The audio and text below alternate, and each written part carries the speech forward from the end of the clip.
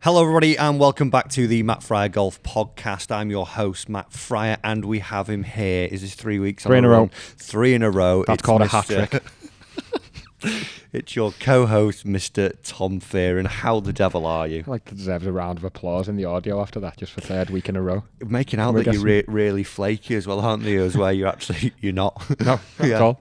Yeah, I'm good, mate. How are you? I'm not bad at all. Busy weekend, quiet weekend, golfing weekend. I did play social golf. You did promise us that. It wasn't on the weekend, it was on Thursday. It was course maintenance week up at the golf course, so it wasn't really like a proper sort of knock. I've got a bit of an injury as well. My foot is the size of an elephant's foot at the moment. I've got Cry that one in. Yeah. Every golfer needs an excuse. Yeah, exactly. But no, I managed to get out, had a little Thursday afternoon with the guys. We played 13 holes. Yeah, it was quite nice. Sun was out, and like I said, the course was on maintenance week, so we weren't really taking it seriously. But had a little bit of a match, and it was good fun. Great weather last week. Yeah, really good. Yeah, I know we said that was summer. It was warm when we were in here last Tuesday, recording last week's pod, but then it didn't stop being hot for the rest of the week. It was lovely. No. I was out on the course Wednesday and Thursday. Oh, twice. But not playing. I was coaching. I was on playing lessons, so get to hit a few shots. But it's nice spending a couple of hours out there with people I teach, because obviously a lot of my coaching stuff happens on the driving range. In the summer, I try and make the most of getting out and seeing people play as well. So I think if I went back to full-time coaching, that would be sort of my sort of dream setup. That I would, like, if you were having a lesson with me, it wouldn't be that I did 10 1-hour lessons at the driving range. It'd be, I'd probably see 2 clients a day, and I would go, right, okay, well, it's X amount of pounds, and what we do is we meet up in the morning, if you're in the morning slot, have a little coffee, talk about your golf, find out what you're thinking you're doing. Then we're going to go out and play about 5 or 6 holes. Yeah. I'm actually going to see what you're doing out on the golf course instead of you lying to me. Like, was it Lee last week who hits it dead straight? I forgot his name. Bullet straight. Yeah. We'd see actually what's happening on the golf course, because I do think we sort of think about our best golf sometimes when we are on the sort of the lesson tee with the pro. Oh yeah, driver's okay, so and so. Like the amount of times we did and you'll probably still do them when you do your first lesson and you're going through everyone's game and they ask, just describe what you do, and then you look at it and go, just one quick one. Why aren't you on tour? Because you're hitting it 300 yards, you hit every green, you putt great, you chip great, but your handicap here says 32, so what am I missing here? I love the putting question. I sort of go, yeah, I'm pretty good at putting, and I'll go, how many? Okay, so what we sort of averaging? Are we maybe averaging 2.5 putts, maybe 3.5 putts, somewhere in between? Probably averaging 3. Yes. You go, okay, well, see, when you just shot 105, that is automatically now 85 if we fix that. So let's get on the putting green. Yeah, so that would be my sort of lesson. See that 5 holes, we would then go back to the range or the putting green, chipping green, whatever it may be. We're going to work on something for 45 minutes, an hour. Right, we're going to go back out. Going to play 2 or 3, okay, see if it's improved, and then we'll go back, finish off at the range, and I'd do that twice a day, and I think it would be such a good learning experience, that. Yeah, academies are great, and you've got your cameras, your tech, your ball tracking and stuff, but being able to get out on the course is completely different. And you talk about technique on the range, you go on the golf course, and sometimes I just end up caddying for them, just changing a decision or two, or reading a putt, and you notice that they then play completely different, or they never realise that the shot selection from the fringe should be a putter because they've had a lob wedge. You see so many details of people's games that they don't leave out on purpose in a lesson on the range, but they just don't realise it's valid or it's important. Yeah. They remember the fact that they sliced 2 drives and don't remember the fact that they lipped out twice from 3 feet. Yeah. It feels like a much bigger mistake to slice drives into the trees. True. It is weird because it's sort of one of the only sports where we do the majority of our learning not in the place. My ideal facility would be, I love where I am at Trafford now, the setup, but if we just went and knocked the chill factor down or something and made 6 holes over there. Do you know where America seems to have the best sort of play? When you see some of the ranges, you go, oh my God, that pitching green is bigger than 4 of the holes we have at our golf course. Yeah, hitting 70-yard shots into a pitching green. Go there to one of their academies. Do you know where it's good? The college setups out there. Yeah. They're insane, unbelievably good. Yeah, so that would be my sort of dream. And they get the weather all year round, which is why they're better at golf than us. Yeah, but they don't win the Ryder Cup. They don't, not all the time. That's where, when I was saying, what's the missing factor here? What am I missing here? Mentality. That must be they're just not team players. And a good captain. Yeah. Not ZJ. Not ZJ. That's interesting. Interesting choice, that one, wasn't it? I don't think we spoke about that last week. That just came out of the blue. Keegan. Picking Keegan for captain. Yeah. I listened to now a podcast that I will actively promote, and I love everything that they do, No Laying Up. Yeah, amazing. They had Justin Thomas on recently, and he was on the committee for the Ryder Cup selection for it, and it was quite an interesting pod saying, well, where are we going wrong? What is going wrong? Because you look at world rankings and going into Italy, going into Paris, clearly on paper we're better. Yeah. But what's going wrong? What's going on? So, yeah, it was interesting. A really good podcast. And if you once you finish listening to this the whole way through, I would suggest that you go and give that a listen, because they do some really good stuff over there. I think that's probably my favourite golf podcast outside of our dulcet tones. Very knowledgeable, and they're all journalists from the very start of what they've done, so they have access to ridiculous amounts of people and information, and they all have really good takes and opinions, but all different as well. Yeah, Tron I think is a living legend. Yeah, no, it's a very good podcast, and they release things sort of on a Friday night roundup after the cut, and on a Sunday within the minutes. Major stuff, is really good. As soon as the major's finished. So no, they are good. Yeah. Speaking of golf, how's your quest for next year's professional golf going that you promised me a couple of weeks ago? So, fully committed to it. Do you know what I keep finding myself doing? I'm on not every, but I'm on a lot of local tours. That's like half the problem, I would say. Finding like some comps to play in, because I was like, right, okay, so where do I play now? I want to go and play some events. Do I go and play PGA, not PGA Tour, but PGA local regional event, regional stuff like that? There's some all right ones. Yep. There's some that I would maybe not, go to, and I think I've probably got. I think like one thing is that we're very, very fortunate in like the places that we get to go and film. Are truly spectacular. They are not the places you get to compete. Yeah, exactly. So I'm like looking at it going. We spoke to James about it at Barassi a couple of weeks ago, didn't we? Yeah. For the video that just went out last week where you played against him. Yeah.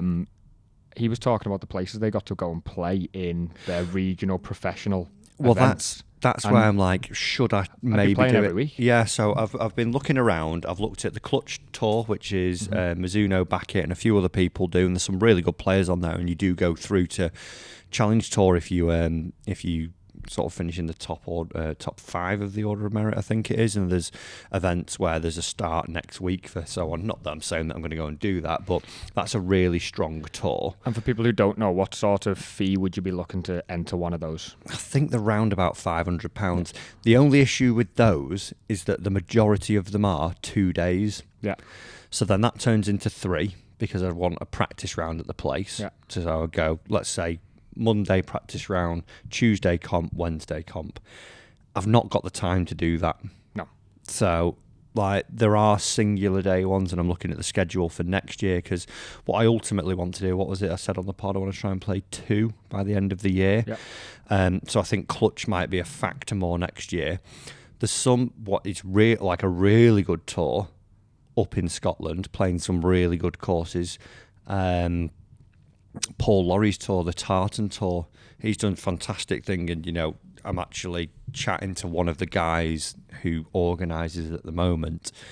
They play some incredible venues, and he was very very involved in it. He was the backer for it and everything. Obviously saw the opportunities that the Scottish assistants got and the Scottish playing pros were getting, and they were a little bit limited in some of, like, they'd have great PGA events, but they were few and far between. So he runs one. There's I think it's nearly every week pretty much now, and it's a 2-rounder again. But they're playing like they play the new course, they play Leven Links, they play London Links, they're playing Aberdeen, like the Trump one up there. The list of courses, I was like, oh, yeah, sign me up. Like that was well up my street. So there's that.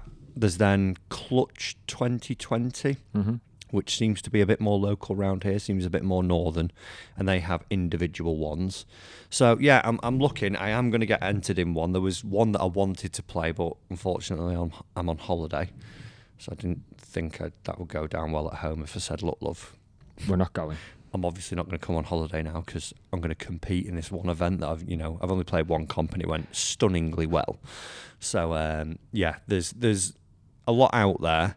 I think what I want to do is maybe in the next week or so or 2 weeks have 2 nailed down that I'm going to play in. But then as well, I'm also trying to find like coaches. So it's great having Dad as a coach to go and see him. But I would imagine this is something that a lot of people listening, amateur golfers, it's like, how do you find the right one? I've not had this predicament in a long, long time. I've had basically, I've played golf for 20 years and I've had 3 coaches, one being my dad and 2 others that worked for my dad back in the day. One was John Haynes, who I think I went to see him for about 7 or 8 years I was with him. Mm-hmm. And then the previous one was another guy called Alan. Again, I think I started seeing him when I was about 17 and had him for about 4 years. Then he moved away. If he hadn't, I would have just carried on with him. Similar thing with John, had him for 7-8 years. He moved Blackburn way, I think it was. So it was like, okay, I'll just... When you say you're looking for a coach, how have you started that process? A lot of it's flicking on Instagram now, obviously a little bit different in that we want to make videos out of it as well.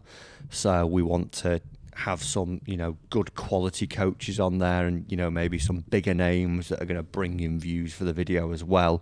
And I've been chatting to a few of those, so it's aligning diaries and things like that. So a little bit different in what I would, everyday Joe on the street would do. One thing I have been doing, I've been flicking through Skillist and I'm like, should I just get a lesson off them? Just like see what it's like. Yeah. Just see, I've heard of his name vaguely, let's chat to them. Shall I do that? So I might do something like that just as a little bit of a just test. To try the online just to sort of lessons. say, okay, right, like say someone like Dan Grieve, Mm-hmm. who everyone knows him. He's down south for us, so it's 4 hours from where we are. But I could get a Skillist lesson tomorrow. Yeah. So I might just dip my toe in that pool a little bit and just sort of like, okay, I'm going to do a little bit of this, a little bit of that, and then give my feedback or interpretation or me going through the process of what that's actually like as a video as well. But yeah, it has been quite interesting, and I sort of do see how an amateur or someone looking for golf lessons, especially a beginner, Yeah. when you don't really know much or anyone in the space, could get a little bit confused with, oh, well, are they a good coach? What do they teach? How do I know what they teach? It's been quite an interesting little process. So I'm trying to go through it and sort of create an Avengers-like squad. I feel like I'm going to need to give you a time scale here because I sort of pressured you for going in open qualifier in the first place. Yeah. It got it done. Yeah. And the way you've just explained all that, remember our listener question last week where he said, how do you sort of stop yourself freezing over the golf ball? And Yeah. you said you don't have a plan, there's too many things in your head. Yeah. You sound like there's a lot going on there. And Yeah. you need to try and Yeah. nail it down, figure it out, and clutter it out. maybe give yourself a couple of weeks to just nail things down and actually put it to action. Because these ideas are good, aren't they? Your ideas are the right thing. Yeah. It's very difficult to get started when, as you say, life's a little bit busy as well, and you need to start trying to get yourself to a golf lesson. Well, what date are we on now? We are the 6th. The 6th of August. 6th of August. We'll have a podcast next week. Then we'll have another one the following week. On that, well, mind you, we might be away. I won't be there. Yeah, You're won't be leaving there. me this time. I'm not leaving you. You're leaving me. Yeah, but I'm still going to be on the podcast. You will be there. Yeah, you just not had the commitment to drive 5 hours 5 up and a to half Scotland and then drive back home for it. Nope. But I think, well, maybe by next week then, I'll have my first comp entered. Perfect. Sounds good. Okay. And you think it'll be regional? Yeah. I like that. Oh, God. There's no reason why not. Yeah. I'd like a slightly better performance than open qualifier, but more importantly, I'd like another hole in one. Yes, Please. Yeah, I'll take that. Yeah, I will take that. Yeah, so we sort of gone on that journey, and one thing that we are like planning as well behind the scenes as well for this. Quite fortunate in sort of the people that we've met along the way on our YouTube journey and growing the channel and things like that through brand connections, friend connections, and so on and so forth. So we've got a bit of a tier system of video that we're going to be taking on some people. and they've been selected. Like, we've got the people already, and they've been selected because they've achieved certain things along their journey. They're going to help you level up. Yeah, so I think it'll be a good, like, from my personal gain, it'll be like a good benchmarking exercise to say, right, okay, well, tier 1, tier 2, I think there's 6 tiers we've gone through. Did we get the 12 handicapper first for you to ease yourself in? No, 20. 20 handicapper. Yeah, just to You're make try me and beat feel, them first. Yeah, Okay. feel a little bit at ease. Yeah, so each one has achieved something as we go up the tiers, and it escalates as we go through. So for me, it'll be good to benchmark myself against those along this journey. Yeah. So, right, okay, well, I can see where, I did something good against tier 1. I actually thought I was better at that thing than they did. And if I throw a spoiler out there, we're finishing with Scotty Scheffler, yeah? That's the last match. Yeah, he did text and say, yeah. He wants to be involved. Yeah, he did want to do it, but the Olympics got in the way. Okay. Yeah, so, yeah, we've got that. And then I think from the sort of viewers' point as well, it'll be good to see sort of, the YouTube Pro Scratch Golf sort of thing, where I rank against all these different achievements as well. So, and then obviously they'll be giving some words of advice for me and where I could improve, what it's maybe like to achieve certain things along the way in pro golf. We finally got your first test, which wasn't part of this, but your first test next Tuesday, because we've finally managed to get the next club champion game in. Yes. So we rescheduled a couple of times because he qualified for final qualifying for the Open. Yeah. And then I think we had something going on that we had to rearrange. So finally, I was logistically, Thursday Stableford. that was it. Yeah. Yeah. The turkey trot. So logistically, it was hard work, but we're doing it Tuesday morning. So that'll be your next test, because he is a very good golfer.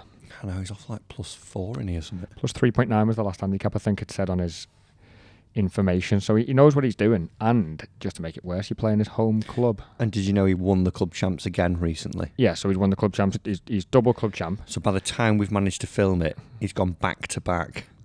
And gone through the regional qualifying. And I think he won something else, Northern, another big competition. I can't remember what it was. So you're stacked up against it. So that'll be a 3-hole video where he. Sorry, mate, you can have the match. You're just that much better. This is going to get really embarrassing. You just play the loop where you go away from the clubhouse, back to the clubhouse, we'll play back to the car park. You go 1, 2, 3, and then just jump onto 18 and walk down that hole. Yeah. Cheers, enjoyed that, mate. Really, really, really enjoyed it. Yeah. So and because I'm not coaching that morning, I get to watch. I'm coming down, which is even better. I'll enjoy that one. Lovely. You mentioned Olympics a minute ago. Did you watch any of it? Just the golf has just finished. Yes, I was actually interested in it again because it's sort of the big names are all coming together. Do you think it should be in the Olympics? Do you think it's an Olympic sport? I think it should be. Yeah, why not? If it can get eyeballs onto it and get people involved, there's conversations I think that I've had with friends, family, like breakdancing. When was the last time I talked about breakdancing? It wasn't since I was pop locking on the mean streets of Warrington at 16 to run DMC. You'd break your hip very quickly. Yeah, I probably would, yeah.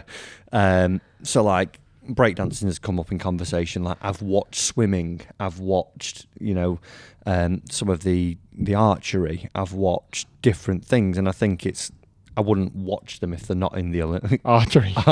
The archery, yeah, trigger finger. That's for the video viewers there. Yeah, so I think, if it's got people talking about golf and got people watching a bit of golf, yeah, why not? I have a different opinion. What would that be?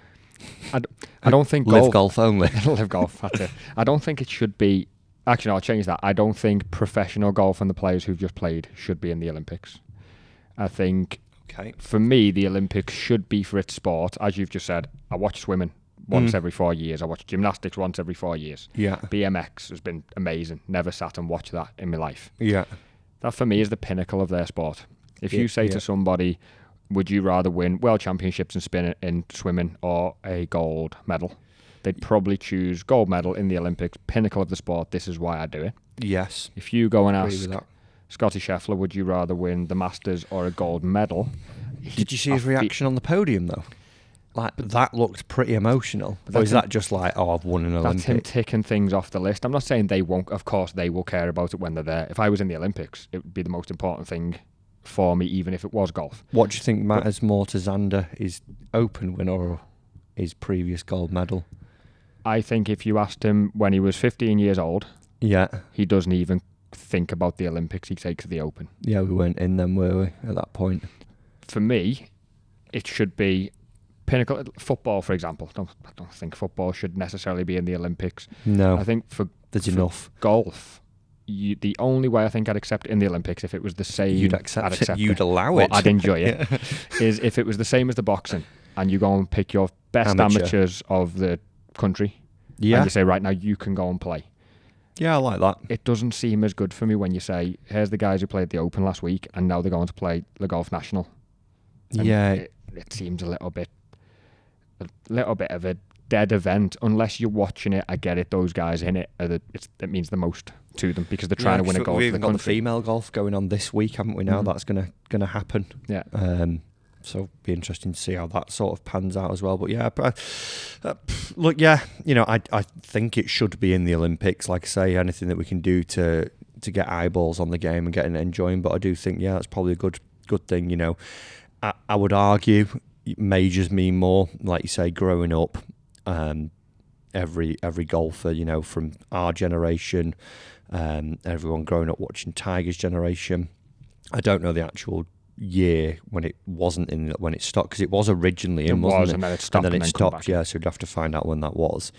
I would say everyone is, major, like everyone looks at Jack Nicklaus and goes, he's the best golfer ever because he's got 18 majors. Yeah. Like, do you throw, a few Olympic medals in there? Do they count to that? Like if Tiger now, let's say, had played the last 5 Olympics and won 5 golds, so he goes, he's got 15 majors and 5 golds. Does that make him better than Jack? You go, well, yeah, no, he's still not got the major record. But if you had the amateurs in there, obviously you've got the Walker Cup squads, which are big, the Solheim Cup squads. Yeah. But they're Americans, GB and I, as where every country in the world pretty much can compete in the Olympics, can't they? Yeah, I think I'd be more inclined to turn it on at that point to see the amateurs play. Oh, yeah, exactly. So if we had two guys, 2 girls representing England that play, I think play on the same week on the same course as well. So it's like all going on. Like why are they a week later now? Is it still at the Golf National? And I assume so. Yeah. So. But yeah, I think for me, if you ask the question to any of those sports, football, would you rather a World Cup, Champions League, or gold medal? Yeah, World Cup. None of them are choosing gold medal. Yeah.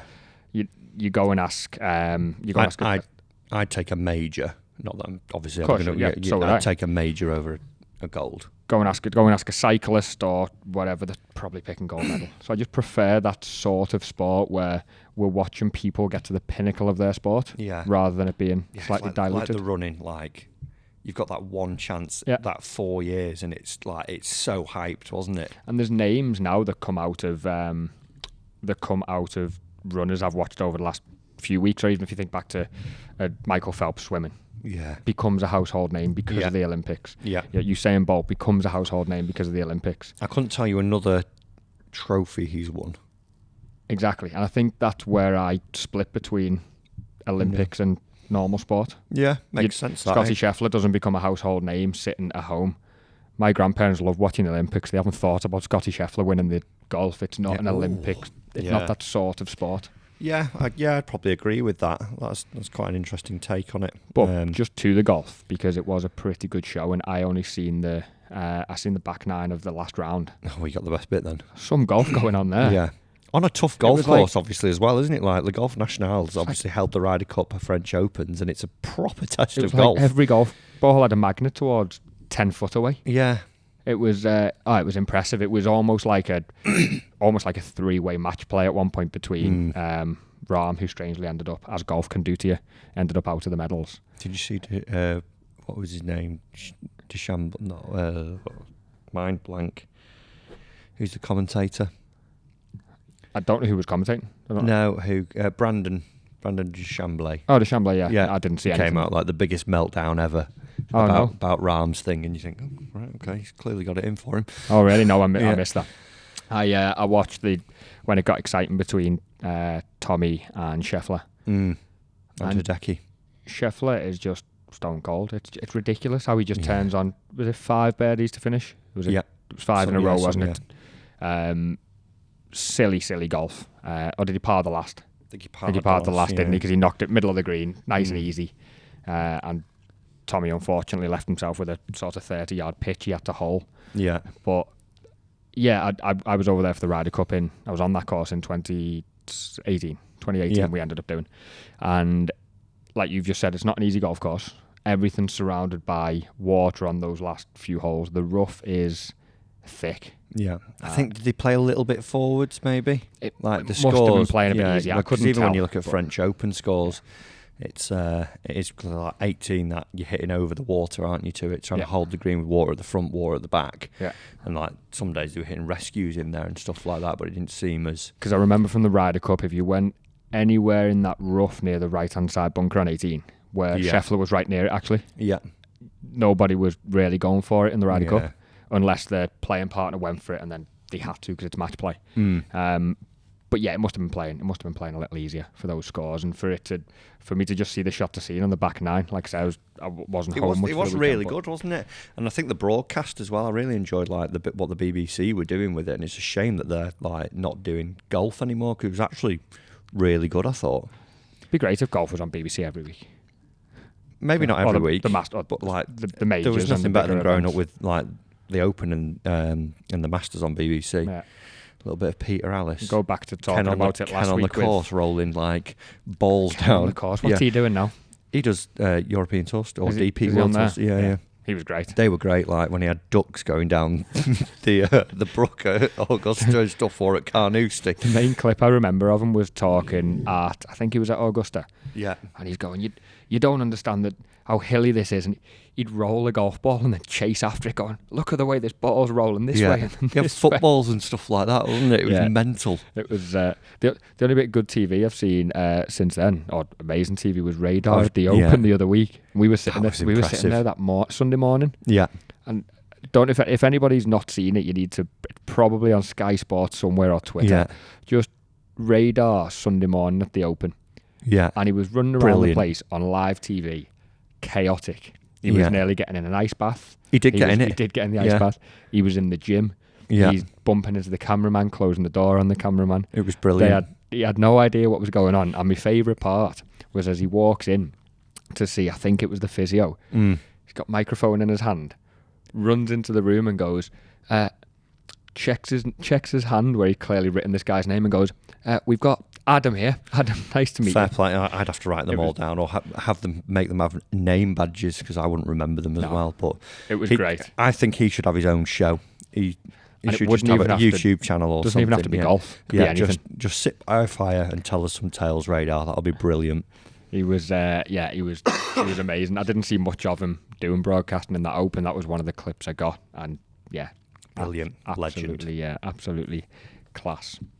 As always, Matt, we've got some listeners' questions coming in a little bit later. Mm-hmm. But while I was coaching the other day, I was sort of thinking about people come in with either clubs a lot of the time what they think's amazing and maybe it doesn't suit them. So I thought, what things in golf are underrated and what things in golf are overrated? There's a new segment you're bringing to going for a segment. You're going for an actual segment. Da-na-na-na. Must be getting professional at this now. Must be getting good. Or I'm just getting bored of talking to you for an hour without any theme involved. Okay. So, overrated or underrated? I'm going to throw a couple of things at you. Okay, I've got a few. You're some already? Mm-hmm. Okay, I'm going first of all with a low spinning driver. So, overrated. So I think. When I go in and I say, I want the triple black diamond or I want the LS, that's an overrated call from me. Yeah. Okay. Excuse me. I think in one of the videos that we did review-wise, we're not really doing review videos anymore, but I think it was that sort of like, do you remember back to TaylorMade TP? TP, yeah. Tour Preferred, so you get like the... I had the R9 Super Tri TP. Yeah, I remember that had been it. I think the sort of R540 and R510 were sort of the first ones-ish I remember seeing the logo for. And I remember do you remember when the Rescues came out? Mm-hmm. I remember having a TP version of that. So it was like, oh, this is what the tour players have. This is, because I'm a striker, I'm getting that. But I think, when you look at average handicap being somewhere around about 18, and obviously we hear, distance is everything. Well, if we get the right launch angle around about 13, 14 degrees of launch with about 2,000 spin, it's going to be a bomb. But I think if we looked at, like I say, average handicapper being around about 18, we do want some distance off the tee. It will make it easy because you're going in with a 7-iron instead of hybrid. But the amount of people, like you say, that come in with a low spin and you think, you just can't control it. Spin's actually a friend for you. Yeah. Like, just because you're spinning it around about 3,000 revs, yes, it's maybe going to lack a little bit of distance, but you can optimize for that. But you'll find it being a little bit straighter as well. You get I've got you've got triple diamond version here, mate. Yeah, because I'm striker. Oh, that's on the road. Oh, gone. Oh, right, that one's diving. I think like the first Paradigm triple diamond they did of that. Yeah. Great driver. If you didn't nut it though, it was wild. Mm-hmm. As where this year's model, I had it myself. A lot more friendly. It was a lot, and they even bought triple diamond max out, haven't they? Yeah. So obviously, I think the tide is shifting from that. I think the sort of everyone's getting a little bit aware that we don't quite need that model, and I think maybe they should be kept for the tour players a little bit more. That's right. So I think overrated on that one. Overrated. Yeah. Yeah, I agree with you. You mentioned distance. Yes. So another overrated, underrated for me, and everybody does this, I think. Playing from, if you're in America, the black tees, playing from the tips, and playing from the white tees in this country. Yeah. Get to play the full length of the course. Yeah. Play the full scorecard. Yeah. Feel like a proper player. Overrated or underrated? Overrated. So much more fun from the Reds. Yeah. But I think say the Dukes where we go up to quite a lot and film, there's, I want to say 5 sets of tees. Yeah. So you've got the blacks. We're actually filming with Laird Shepherd, who's the course record holder there, when we go over in a couple of weeks. The course record's level par. And if you played off those every day, I think I would quit. Doesn't sound fun. It's a great golf course. But is it 74,000 yards? 7,400 yard course? From the back ones? 7,200? 7.2, I think it is. Yeah. It's just hard. Yeah. But it's like a badge of honour, isn't it? Yeah. Let's go off the backs, or let's go off the backs. And I think the good thing with the new handicapping system is that it gives you the ability. Let's say you've got a high, a low, and a mid handicapper in your group, and they're really good out in America because they've got obviously a lot more land than we have. There's always 5 or 6 sets of tees, isn't there? And as your low handicapper, you might go 1 forward from the back. As your mid, you might go 2. And as your high handicapper, you might go right up the way to the front. But because of how the handicap system works now, it still makes it a fair game. Yeah. As where in the past, we didn't have that. I think that's one real benefit of that. And I agree. And it makes it a lot more enjoyable. If I took some of the guys who I play golf with, the well into the 60s, 70s, if I said, right, lads, we're going to have a match today. Right, you're all coming off the back with me. By the way, the first, you've got to carry it 190 yards to get to the fairway. 1 up. Yeah. Because they're not doing it. I was guilty of this mistake when I'd done a few years over in America. And again, we got all those tees to play from. And you had a load of young lads who were playing fairly decent golf and go, well, whenever we go to an away course, we've got to go to the black tees, and we'd go and play PGA National just after they've played the Honda Classic there, and we feel like we've got to go to the blacks because, well, this is where the players played from yesterday. And on the days where, I don't know, we'd play with a member, or we'd play a quick friendly after work where we didn't have much time, and we'd go and play blues or whites, which I know whites are the back in England, but whites are much further up over in America.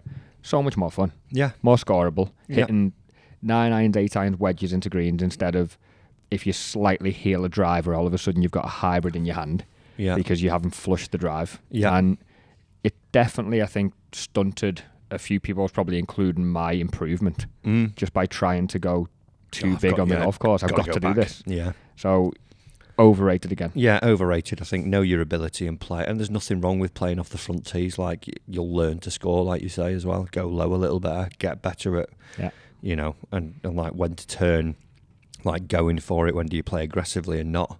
Because off the back tees, a lot of people have to hit driver. Yeah.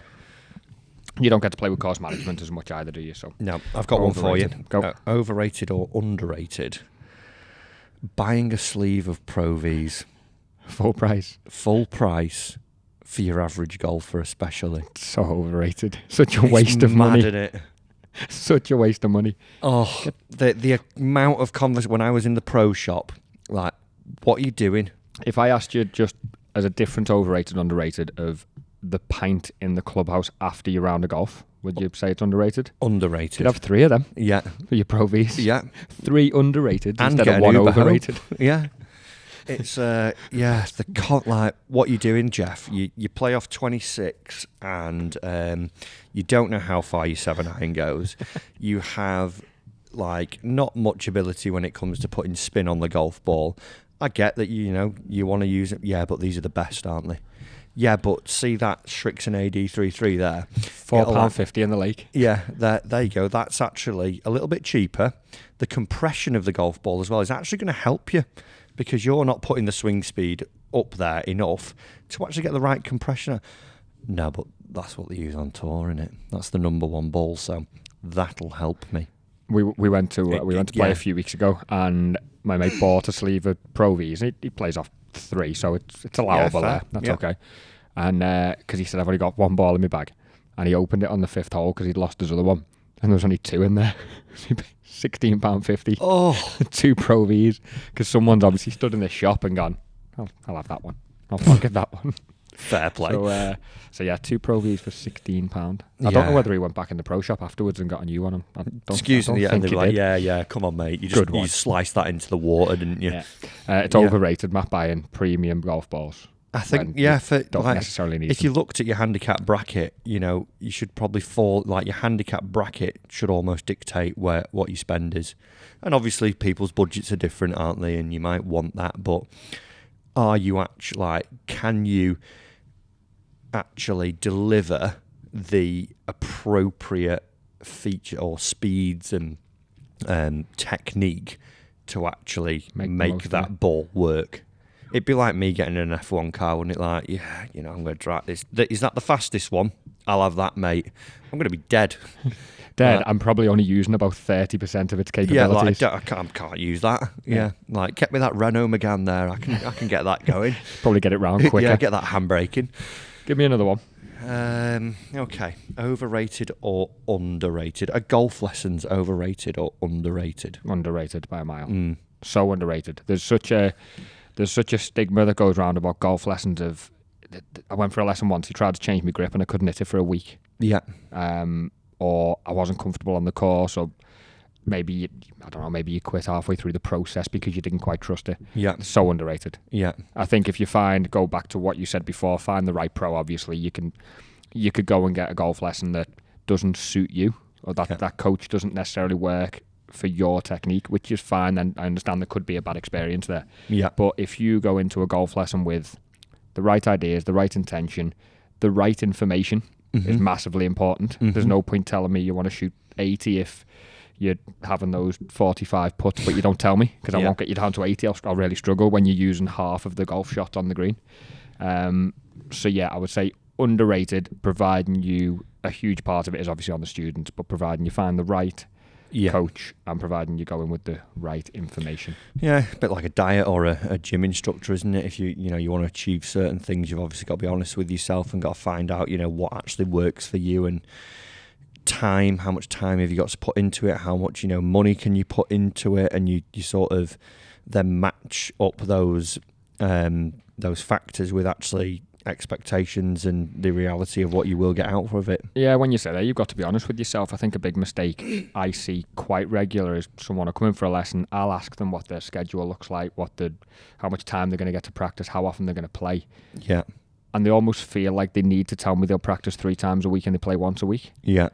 That lesson, if you do genuinely have that time, that lesson is completely different to if you say to me, look, mate, I'll probably practice once a week and I'll play one golf day a month with work. Yeah. We have a completely different lesson. Yeah, and if I give you the lesson from client A, it's going to possibly make you worse or not help you progress. You're honest and tell me you haven't got that much time, then we can work with it. It's like me with my PT saying I want my 6-pack, but actually I want to have 10 pints this week, and also my gym session, right, mate, I'm going to come in, lift a few weights, but that sauna has got my name all over it for half an hour versus the 20 minutes that I'm going to do on fitness. Now, do you tell your PT that? Yeah, why am I not ripped? why is this not working? It's your fault. So yeah, hit me with one more overrated, underrated. I can't, even though it's very similar to the driver question, but you might have a different answer. Blades, golf clubs. Blades. They look beautiful. They should be in just a presentation box. I would. For the majority of golfers, overrated. Mm-hmm. Purely because of difficulty of use. Yeah, like why make the game any harder? Yeah. Like what's the point? You're getting the least forgiveness out of that build. Yeah. You know, that comes down to it really. Like the majority of golfers, like we said a minute ago, average handicap 18. If you don't flush it, yeah, why? Like, that's fair. Do you think there's and this is quite a common thing I've heard, do you think there's an idea that could ring true, which is practice or play for a short amount of time with some blades? No. And then nip back to a sort of mid-cavity and it feels like an easier game? No, because, starting off, right, let's give you the hardest thing to start the game with. I don't mean your 20 handicapper. I mean maybe your 8 handicapper trying to learn to strike a ball better. No, because you get a slight cavity back, like mine, 243s or something like that. They're not losing too much performance, like the workability, like that was always the thing, wasn't it? You'll get more workability from a blade, right? Okay, well, an 8 handicapper, is he stood there or she stood there? I'm going to hit a 5-yard fade into this one. I'm going to knock this one down a little bit. Is like an MC iron mixed cavity going to allow you not to hit that shot? I think we've got so much of that now out in the market that you've got so many irons which have got the look and feel of a blade but with more forgiveness to them. Yes. Yeah. So much more of that. Why make the game harder? Yeah. Like, can you hit a max driver as far as you could hit a triple diamond? Well, some shots, yes. Yeah. But will it go wrong a lot more of the time with the triple? Yes. Of course it will. So, like with the blade, one thing I will say though, I met a gentleman, his name's Tomo, on the Mizuno van. Mm-hmm. Picture a samurai, right? Like a master craftsman who makes swords, yeah? Yeah. Tomo is a master craftsman when it comes to grinding golf clubs. So he's actually like, there's this course they do over in Japan at Mizuno. He got, and they do this, it's very pricey, it's not for everyone. It's I think about £7,500 for a set. But they are one of one. Like what he does, he basically, and he said to me, I've got a wedge coming from it. Takes a normal head. What do you want from that? And you're like, I don't like the offset. Boom, like gets it on the counter, bang, bang, bang, whacking it away, bang, like, and you go, oh God, like that's gone. Yeah. And no, he's like, the offset's gone, mm-hmm. right? And then he cleans it up with a little bit of buffing and a little bit of grinding. I don't like how rounded the toe is there. And he goes, like, gets it on the wheel. And you're like, oh my God, that is beautiful. Right, this iron for me, I think the top line's too thick. I want it to look like a blade, but I want to know I've got that little bit of a parachute behind me that if it's not going well, I can pull the cord. Does everything. And you're like, oh my God. Just ends up giving you back a shaft and a sweet spot. Like, yeah, but like looks at it and you go, that looks like a blade. Or like this wedge looks incredible. Like I say, it's pricey and it's not for everyone. But what he was able to, I've never seen anything like it was like watching like someone make a samurai sword. He was just like banging away. There we go. And then this one head gets shipped off to Japan. Yeah. If you were going to have the full set of them. and they go, right, okay, well, there's the 7-iron head, and then another master craftsman that is in the factory who literally just only spends his day just doing this, would then go, right, Tom Fearing wants a set that looks exactly like this, bang, bang, bang, there you go. Unbelievable. And it, like, honestly, they were the greatest looking things I've ever seen. And it, like, I'd be interested to see if, like, is that what, like, Tiger had done or something like that with his clubs, because it was like, I want the toe less rounded, I want it looking a bit squarer. And he was like, "You happy?" And I was like, "Oh, you could maybe just like that's the club of my dreams. That looks incredible." Class.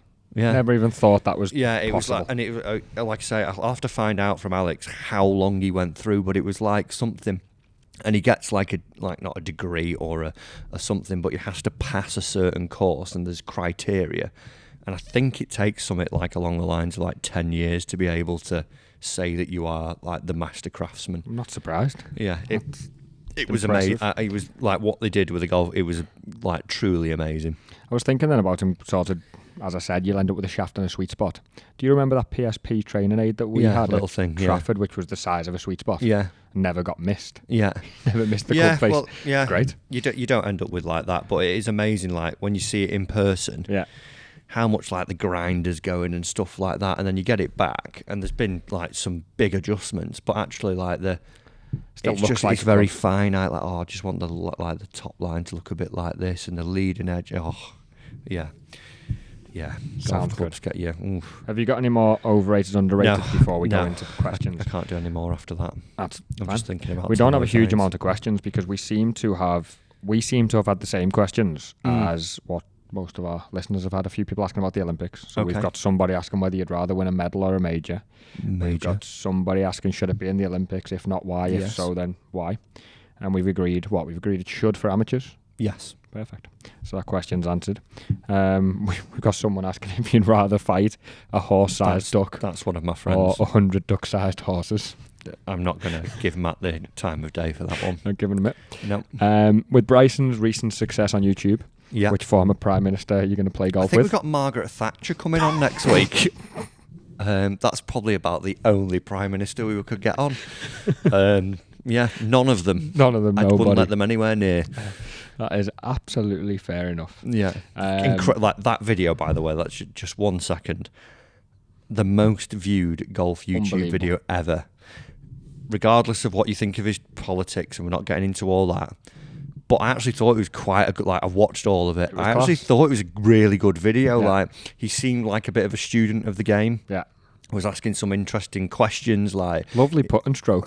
jeez, like, yeah, maybe when he is putting turn away. Really impressive that he got the ball online. Yeah. With that putt and stroke. Yeah. It was good. Yeah, Talent. it's amazing that, to be fair. Talent. Like, it looked like Harry Potter. You ever seen anyone draw putts? Yeah, like, spin Harry round, like, 10 times, and then get him to do Wingardium Leviosa whilst trying to, like, stay stood up. That was what it looked like. But, no, amazing. And he's gained more subscribers from that video than we have total. So let that be a lesson to everyone. You can hit the button, do it on the main channel and here. But yeah, he's gained like 450,000 subscribers off What that will it be video. on now then? Like 1.2, 1.3 million? It's on about 1.5, I think now, yeah. Wow. Incredible. Like, it was very well done. Obviously, you've got to have the connections to get that done. And We can't give Donald Trump a call, can we? When No. it comes to Warrington. It was like, we filmed up at Trump Turnberry recently, and we ended up having dinner with Ricky, who's the golf manager up there. Mm-hmm. Really nice guy, great bloke, PGA pro, so on and so forth. And I was like, so what is it like to play with Trump? Like, you're always interested in it, aren't you? And he was like, I can't believe the amount of like golf carts that were out there. And he was telling us other things that are going on. I'm thinking, he's over-egging this. Like, 50 golf carts? No. And then when that Bryson video comes out and you saw the amount of people that were like just knocking around for it, cart after cart after cart, and Secret Service and stuff, I was like, oh, right, yeah, fair play. Yeah, quite incredible. Yeah, it was a very good video. It's definitely worth a watch. But no, we won't be having any politicians on the channel. We will not. No. Got someone who I went to uni with who I didn't know followed you or listened has asked, when do we get to see me ripping it up on the course with you again? We don't know.